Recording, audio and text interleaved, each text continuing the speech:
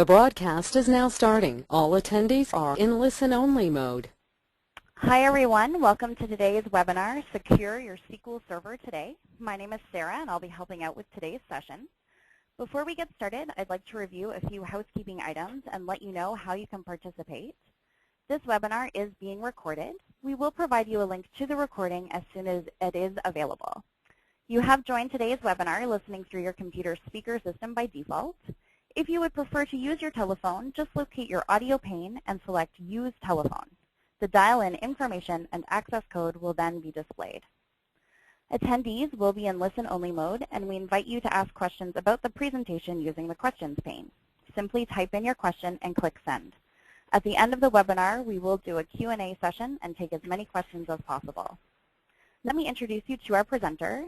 Gidget Pryor is a SQL course director here at Global Knowledge and has had more than 20 years experience working with multiple database platforms, including the list you can see on your screen. This week, she is training a group of students in SQL using our virtual platform, many of which are participating in today's session from all over North America. Thank you so much, Gidget. Welcome, and I'll turn it over to you. All right, thank you, Sarah. Well, today we're going to be talking about the multi-layered security approach that SQL Server uses, and of course there's many facets to security. We could talk about the surface area of the server, people trying to hack SQL Server. That's not our focus. We're going to look at the multi-layered security approach using logins, users, schemas, permissions, and then we'll also look at a couple of new features for security that are in SQL Server 2012. The presentation that we're going to do today will be using SQL 2012 as our platform, but these concepts apply to many, many versions of SQL Server. The multi-layered security approach, we're going to be looking at authentication. We'll authenticate with our users using logins. So the login exists at the instance level of SQL Server. As we do the installation, that becomes an instance. So you can think in your mind, instance equals installation. So we go through the SQL Server setup, we install the database engine, and that gives us an instance. So we'll look at logins. Then we're also going to look at users and how logins connect to users. So historically in SQL Server, we have had logins and then users and then schemas. Schemas began in SQL 2005, which we'll talk about, assigning users to roles and then giving permissions. We will look at two levels of roles, server and database roles. We'll look at fixed and user-defined, and then we'll talk about authorization, so the permissions assigned to users. If we think of our server as having a door, a way to get into the installation of SQL Server, into that database engine, there is a master database, and if you think of the SQL Server instance, master must be up and running, and we also have to have the MS SQL Server service started in order for us to connect to SQL Server. So in the master database, there's an object that's called a login. And that login can be one of two things. It can either be a login object in SQL Server that connects to a Windows login. So somebody has authenticated to the domain. We just take their domain account and allow them essentially a pass-through into SQL Server. Or if they don't have a Windows login or they're not part of a Windows group, we can take a Windows group and make that part of our SQL Server as well.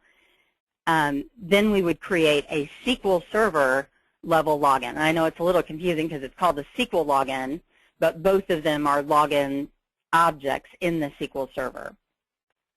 And I'll demo both of those. Once the user is connected, and I'm talking about not the user object in SQL Server, I'm talking about the person. Once they are connected to the SQL Server instance, then we will talk about what databases they are part of. And at the database level, if we think of that as the user level, at the database level, they are called users. So instance level is called login, user level is called user. Authentication to the SQL Server, proving you are who you say you are, occurs at the SQL Server instance level. And again, I'm talking now about the traditional model. There's an exception to that in SQL 2012 called contained databases, and I'll demo that. There's two different modes. We have Windows authentication, or we have mixed mode. There's no setting in SQL Server that says mixed mode. So when we want to use mixed mode, we will choose the option that says SQL Server and Windows authentication. Or we could just have Windows authentication. If I have all Windows users, it's considered to be more secure, best practice to only have Windows authentication. If I have a user that's a Novell user or a Unix user, and I need to give them access to the SQL Server, then I'll set it for mixed mode. Logins are created and stored in the master database, and there's two types, as I mentioned, Windows and SQL Server, and logins should be created before you create the user. Also, if we're upgrading, we want to make sure that we have brought over the logins before we reattach the databases or before we restore the databases, because they will have a security ID associated with them, and we want to make sure that we go in that proper order. Users are created in each individual user database, although in the dialog box where I create a login, I can create users at that time. It keeps me from having to go to multiple databases to set those users. But the objects themselves are kept in the databases. And they are mapped to login, and they should be created after the login. Schemas. There's actually three different things in SQL Server that are called schemas. And they're spelled exactly alike, and they mean completely different things. So the first one is the database layout, the schemata of the database. I have this primary key. I have that foreign key. And I have particular tables in the database. That's the schemata, or the layout of the database. Then we also have, starting in SQL 2005, we have XML schemas. And the XML schemas are the rules that apply to the XML document. For example, I might have an XML tag that's called customer, but I don't have an XML tag called cust. Okay? That's also not the schema that we're talking about here, just for clarification. The one that we're dealing with in the security section is a logical and security boundary around objects. So rather than giving someone privilege to all of the objects in the database or having to go one by one, I have this intermediate level where I could draw this logical line around objects to say this user is allowed to report or select from all of these tables, or they're allowed to execute stored procedures that are within this schema. So this concept of schemas really was introduced in SQL Server 2005, and the idea was to separate the user from the object. So if someone owns an object and they left the company and we have to disable their account, that we could just reassign an owner. We can just have a new owner, whereas in the 2000 days we had to go through and change the object owner. Users do have a default schema, and they get that in one of two ways. We either explicitly assign a schema, or if we don't assign it, it becomes DBO as their default schema. SQL Server does use schemas for object resolution, so if there is not a qualified name, in other words, if I say select star from orders, well, there's no qualified name. There's no sales.orders. Then SQL Server will first look in the default schema, and let's say that my default schema happens to be sales, and I have privilege to query that table, that would work. If I don't have that as my default schema, let's say I have human resources, for example, then it will look in the DBO schema, still not finding it because the appropriate place to find that table is in the sales schema. So it would return an error if the object isn't present in either what's assigned as my default schema or the DBO schema. Roles fall into two different levels. We have roles that are at the server level, and we have roles that are at the database level. So at the server level, I traditionally have had just fixed server roles. And what we mean by fixed is that they are built in and their permissions are set. Membership in this fixed server roles is not set, so I can add and remove people from those roles. User-defined roles, we're so privileged now to have user-defined roles. It's new in SQL Server 2012. It's a long-awaited feature. So we can create roles at the server level that have specific server scope permissions, keeping us from having membership in roles with too much permission. And it's that intermediate level again. I don't have to assign permissions one by one, and I'm not making someone part of a role with too much privilege. So best practice is that we are going to create people, put them into this user-defined role. At the database level, really no changes. We have fixed roles, which are built in, permissions are set, membership is not set, just like at the server level. And then we have user-defined roles, which we've had in SQL Server for as long as I can remember. Authorization is what gives us access to a resource. And the scope for these, we have server, database, schema, object, or an individual element. SQL Server allows us to assign privileges all the way down to an individual column. I could literally say that a person is allowed only to select from this one column in this one database. Of course, that's not realistic to do. Grant, revoke, and deny are the privileges. What are you authorized to do? You are allowed to select from a table. In other words, you can report off of it. You are allowed to execute a stored procedure. You're allowed to insert rows into a table. You're allowed to update columns. And we need to look at the combination of permissions, which we'll do in our demo now. And I'm going to see how much of this I can get through and make it meaningful. So I know we're a little bit limited on time. When I demo this in the classroom, it usually takes about an hour and a half, and we don't have that, so I'll try to simplify it a little bit. I have my instance here, and I went ahead and created a login. And this particular login is a SQL login. In other words, it's not coming from Windows. Notice it doesn't say Windows Authentication. It's SQL Server Authentication. I am using the password policy and password expiration, which causes SQL Server to look into Windows, see what the password policy and expiration is in Windows, and apply that to this login type. Before SQL 2005, we couldn't do that. If you created a SQL login, there was no way to have a consistent password policy and expiration. When I created Susan, I could have gone in and given her a user in a database. I didn't do that at the time because I wanted to do it now. And I'm going to make her default schema sales. So this user is being created in AdventureWorks. All right, and I'm not going to give her privileges to any of these database roles or membership in these fixed database roles.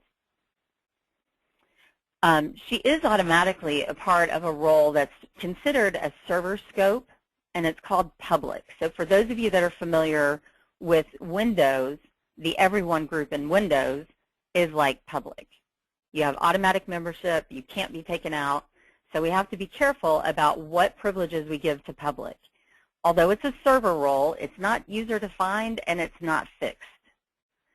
Fixed would mean that the privileges are built in, and we can change the privileges associated with public.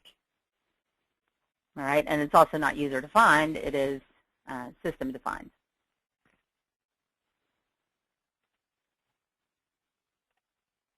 All right, and so now if we go look at AdventureWorks, Susan is a user in AdventureWorks. And this doesn't say anything about what privileges she has yet. I want to go in and create another login, which does come from Windows. And so I'm going to go out and search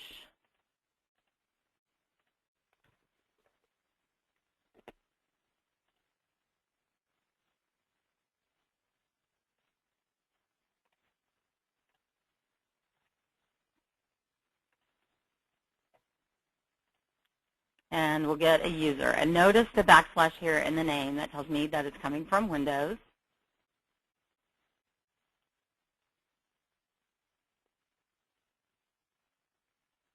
And I'm going to make April's default database AdventureWorks. Oh, and I should have made her a user, but we'll do it this way, just so you can see both.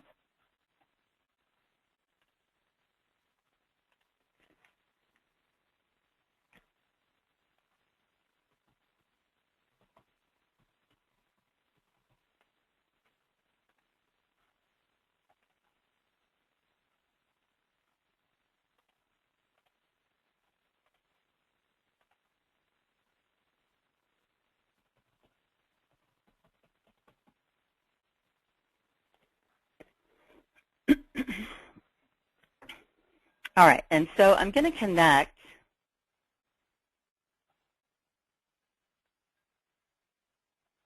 need to move that over for my controls here. I'm going to connect as April Reagan.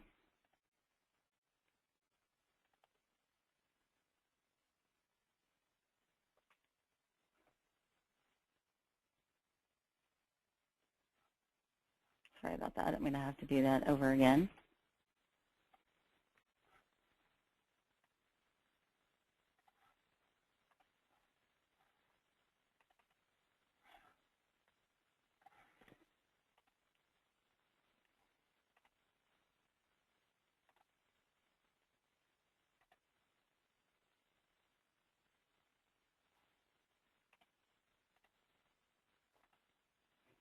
Sorry, I'm having trouble with my click here. There we go.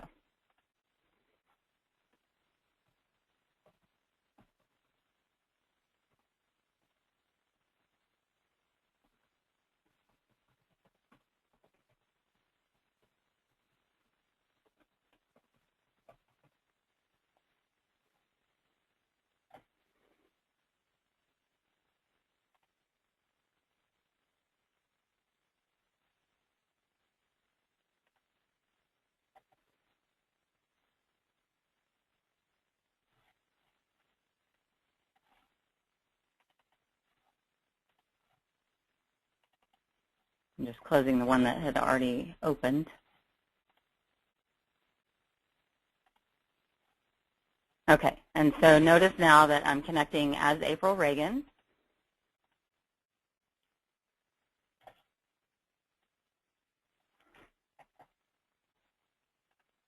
And we'll try to do a couple of things.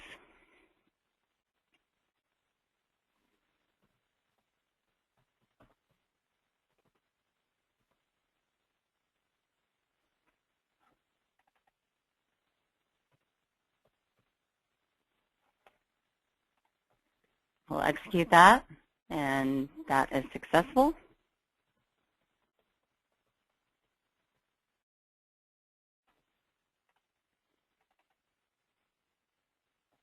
All right, and we'll try to that. We made her default schema, human resources, but she does not have permission.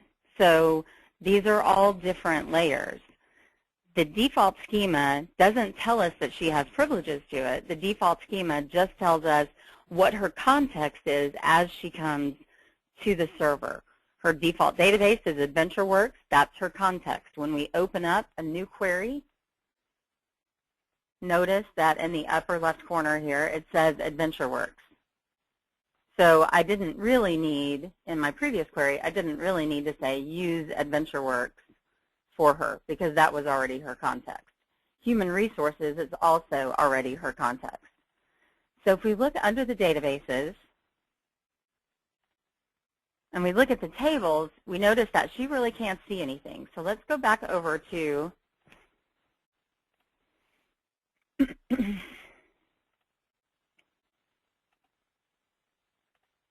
our administrator connection,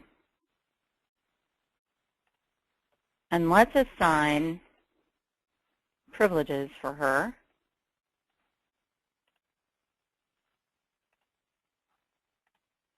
So we'll give her permission to the human resources schema, and we'll allow her to select from that. And then I'll also go into sales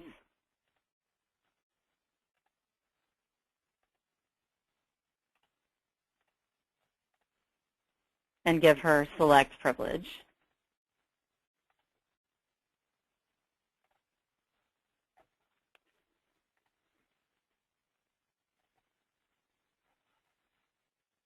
And then we'll go back to her connection.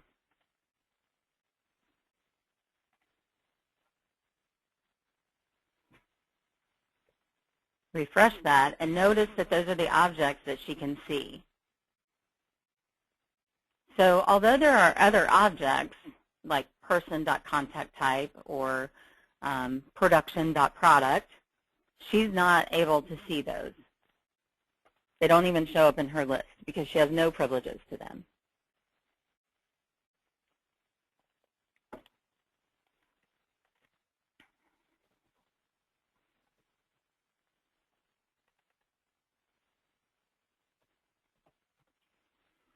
And I'm actually just going to increase the font here. I did it in the other window ahead of time.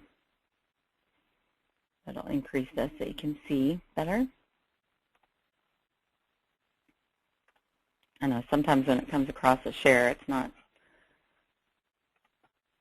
so easy to see.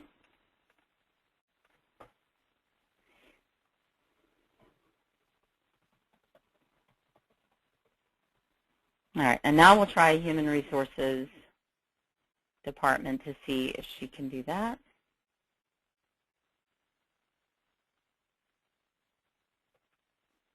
And she's able to.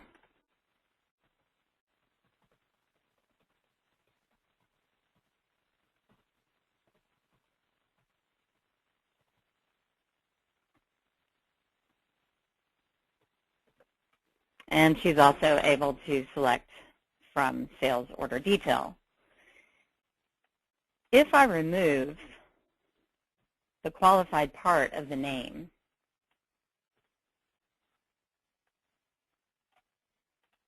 and execute that again, that one works. This one does not. And it's because SQL Server considers this object to look first in her default schema, okay, which there is no valid object called human resources dot sales order detail, and then it looks one more place, which is the DBO schema. And it also does not exist there. So the default schema just tells us the context that we're coming into. And SQL Server will check two places if I haven't qualified the name. Default schema, DBO. All right, well, let's go back over to Susan, because Susan is a different login type. And we can actually test her user just in this administrator window. So let's just review what we have for her.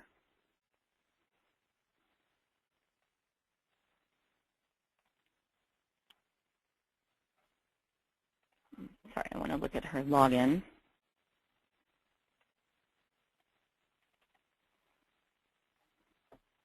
All right, and right now, Susan has a default database of master, but I'm going to change that to AdventureWorks.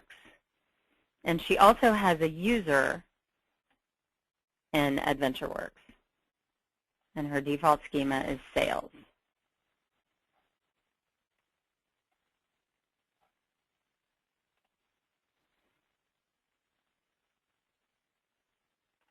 So we want to connect, and this time we're going to use SQL Server Authentication because her account's not coming from Windows.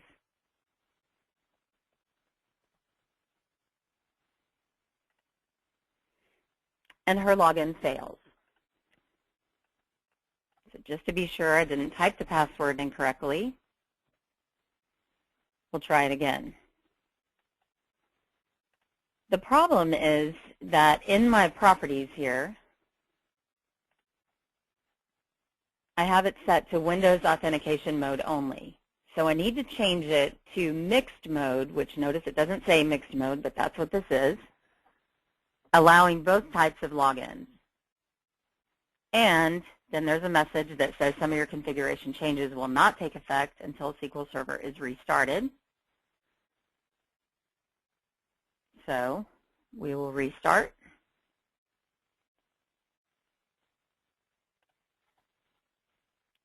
And there's a dependency between the SQL Server service and the SQL Agent service. So when I stop the main SQL Server service, it also stops the agent.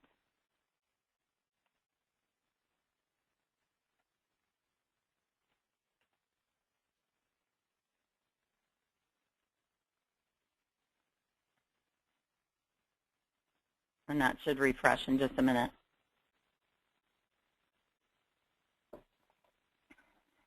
All right, now let's try to connect.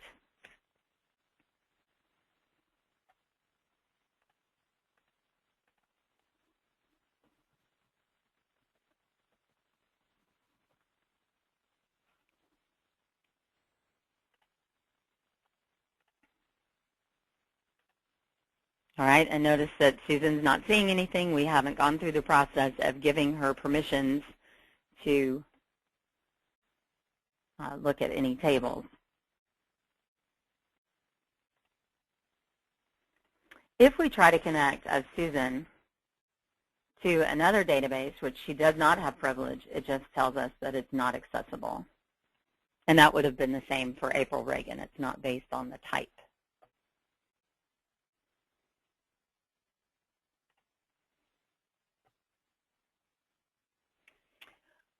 There are some new features in, oops, sorry about that. There are some new features in SQL Server 2012. So we have user-defined roles, which allow us to group together permissions without giving too much access by way of a fixed server role. We can be flexible with which permissions are assigned, and the membership is not set. We'll also look at contained databases.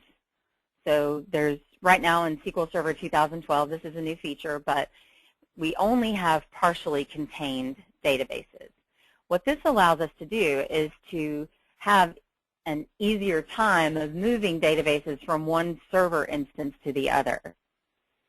I don't first have to go through a login. I go and authenticate directly to that database without a login. And it facilitates movement of databases from one server to the other.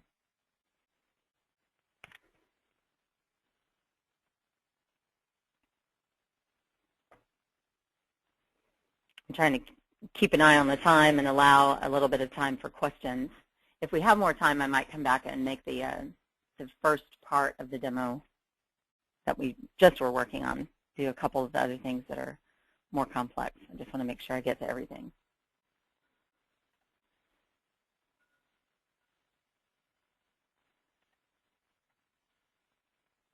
All right, so I'm going to disconnect as Susan.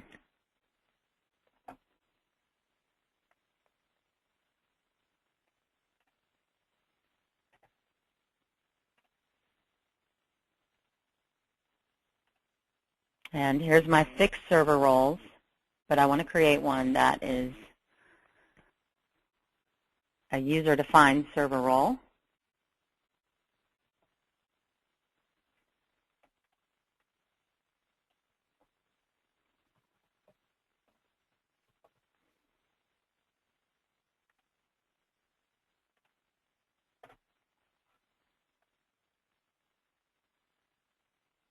And I could assign, let's see, I don't want everyone. We'll allow April to do that.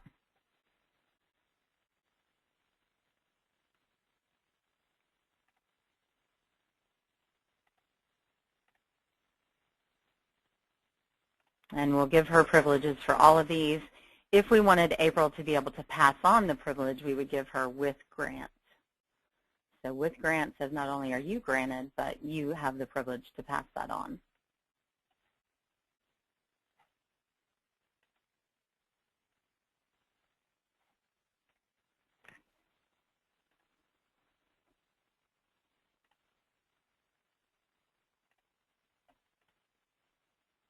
And I'm going to go back here. Actually, I am going to give her privilege to manage all of the logins.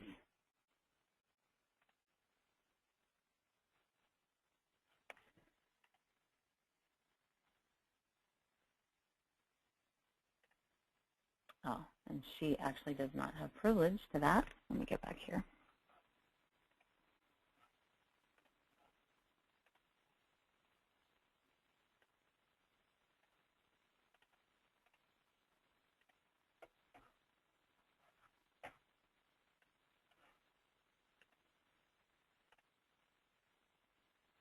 And rather than creating it right here, I can generate this script so I can see the T-SQL that's associated with that. So giving alter on login, April Reagan, to the login admin. And then administrator is a member, and DBO is the owner. So this authorization here means ownership.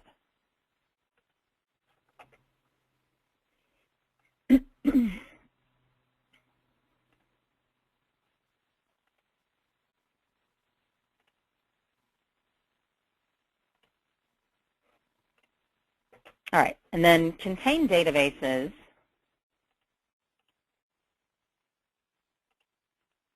I could go in and create a new database, and I'll just call it marketing. Then if I click on options, notice that I either have none as the containment, which means I would come through a login to a user and then to privileges, or I would have partial containment. All right, and then earlier I actually created one and just scripted the syntax. So it's really the same as creating a database otherwise, except that we put containment equals partial.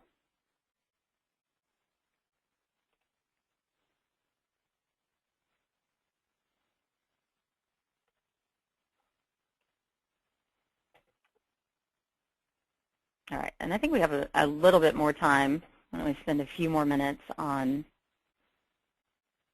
our multi-layered approach, and we'll talk about how the privileges combine with each other.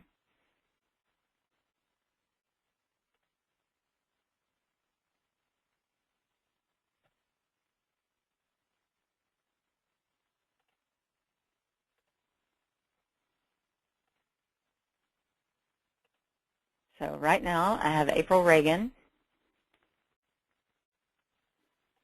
She has select privilege to human resources, and she has select privilege on sales, and that's all. I'm going to create a role.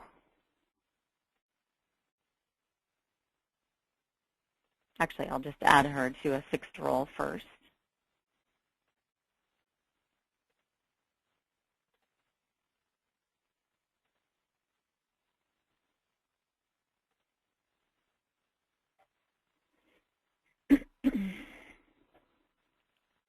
And this role is fixed. It has privileges that are built in. The privileges associated with it allow her to read anything in the database. So if I go back out to her window,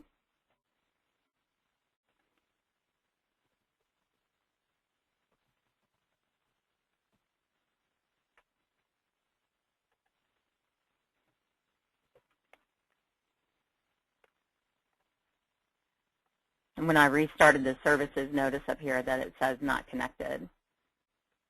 So I'll just go up here and cause it to reconnect.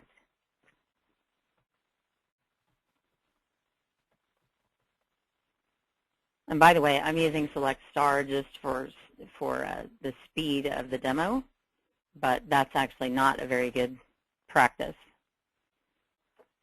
If you're interested in some T-SQL tips like that, you can go out to globalknowledgeblog.com, and we have some postings on how to make your queries better.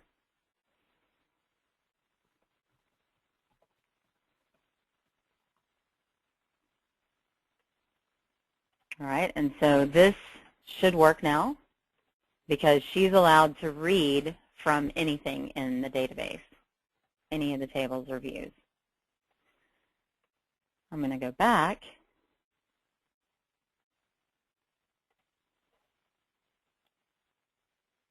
Create a new database role.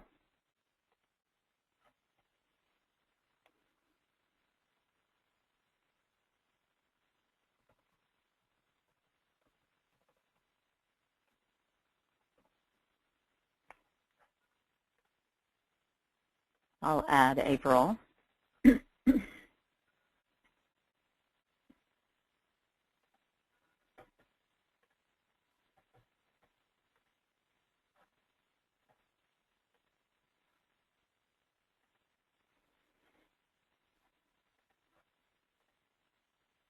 And although she is granted the privilege to select from any table at this time, this particular role we want to block from selecting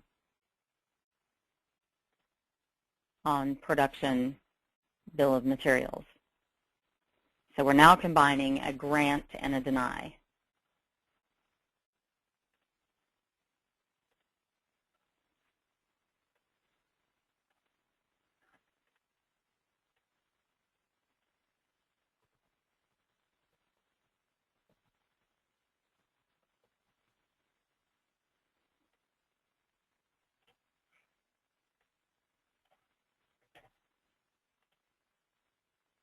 Okay, and she is explicitly denied. When we combine a grant and a deny, it's deny. If I have a grant and I just haven't said anything, it's a grant. So if I go back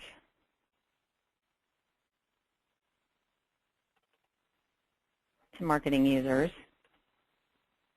and I look at securables,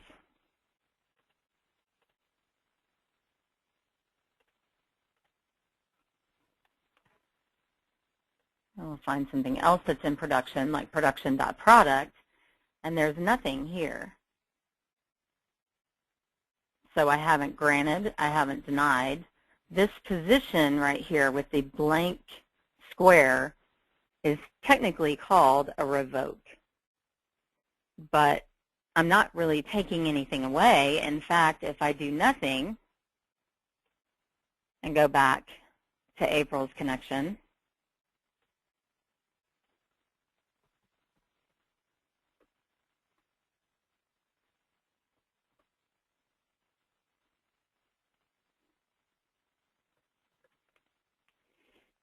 she's allowed to select. But she's allowed to select because her individual user was made a part of database DB_data reader.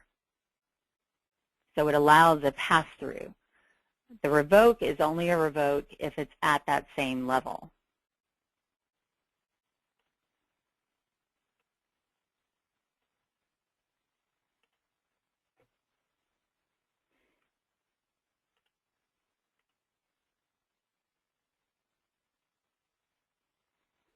All right, so I guess we'll take questions at this time.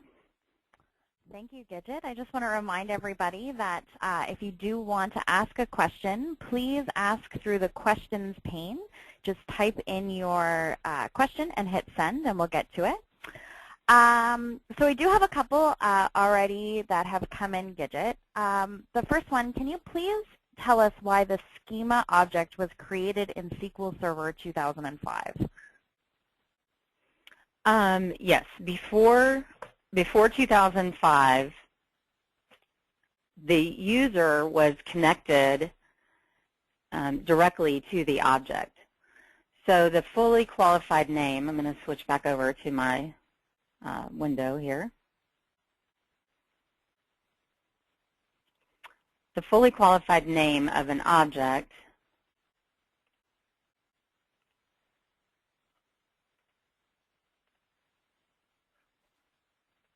open up a window.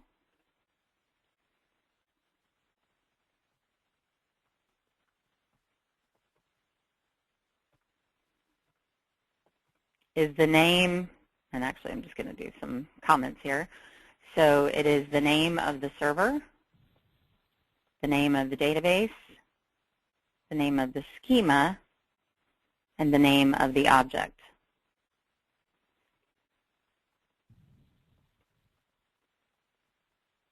So before SQL 2005, we'll say SQL 2000, it was the name of the server, the name of the database, the name of the owner, and the name of the object. So if the person who owned the objects left and I need to disable their account, I would have to change that. So let's take a look at one of the schemas that's here. Let's say that this owner wasn't DBO, but it was, Bill or Mary. When they leave the company and I disable their account, they're the ones that are authorized to manage those objects. So we would change that just to someone else. So there's a separation now that occurs between the object itself and the owner. Great. Our next question is about DBO. So we use DBO as the schema for all of our objects. Is that a best practice? You take a little bit of a performance hit if you use DBO for all of your objects. Probably you're using a legacy system where the best practice was just let DBO be the owner of everything, which meant, in the 2000 days that would also be the name of the object. And so as that system moves forward, we just continue that same naming convention because the application's just been upgraded. But what is a best practice or a better thing to do is to segment the database, to have different schemas, allowing me to draw smaller lines, that logical and security boundary, allowing me to draw smaller lines around objects. Also, then when we query, let's say that I don't qualify the name and I have a default schema, it goes just to that section and it'll find the object. So I can actually get a little bit of a performance boost because I'm doing a more efficient search. Great. We've had a couple of questions about the post-webinar follow-up. We will be sending out a link to the recording as soon as it is available. So look for that in your email. Another question, so just going back, can you repeat the difference between a login and a user? Yes, a login gets you into the door of SQL Server. So it allows you to come to the edge of the instance. It doesn't say anything about what users you have yet, what privileges those are assigned. The user is at the database level. So the login connects to the user. Would the take ownership override either grant or deny permissions? I'm sorry, can you repeat that? The take ownership override, could you talk a little bit about that in SQL? Take ownership override. We can follow up afterwards on that one as well. Yeah, I'm not exactly sure what that is, but take ownership allows you to take ownership of the object. Okay. So maybe if someone wants clarification or more detail on that, if they could type that into the questions pane, and then we'll follow up with you after the webinar. I've heard that revoke doesn't always remove a privilege. Can you elaborate on that? Yes, that's what I was doing in the demonstration. Revoke, if I grant a permission, let's say that we grant a permission of select to April on the Human Resources Department table, and then I uncheck that, I did remove the permission. So in that case, it is a revoke. Or if I just have the blank square, that's a revoke. It means I didn't take anything away. It's just you're not given the permission because I haven't given you an explicit grant. If I have a revoke, I have a grant at April's, her individual account, but she's a member of something that does not have privilege. It's really a pass-through. It's not a revoke. So although one level is set to the revoke setting, it doesn't really take away the privilege because we combined a grant and a we haven't said anything yet. So revoke in that case is more of a neutral. But it's true that if I grant privilege and then I uncheck the box, that she does not have the privilege. So in that case, it is a revoke. So Gidget, can you tell me, is this material covered in any global knowledge courses? Yes, this is actually covered in a couple of global knowledge courses. The course number for SQL 2008 R2 is 6182. That's the SQL Server admin for 2008 R2. And then, of course, it wouldn't cover any of the new features, but in SQL 2012, the course number is 6295. Fantastic.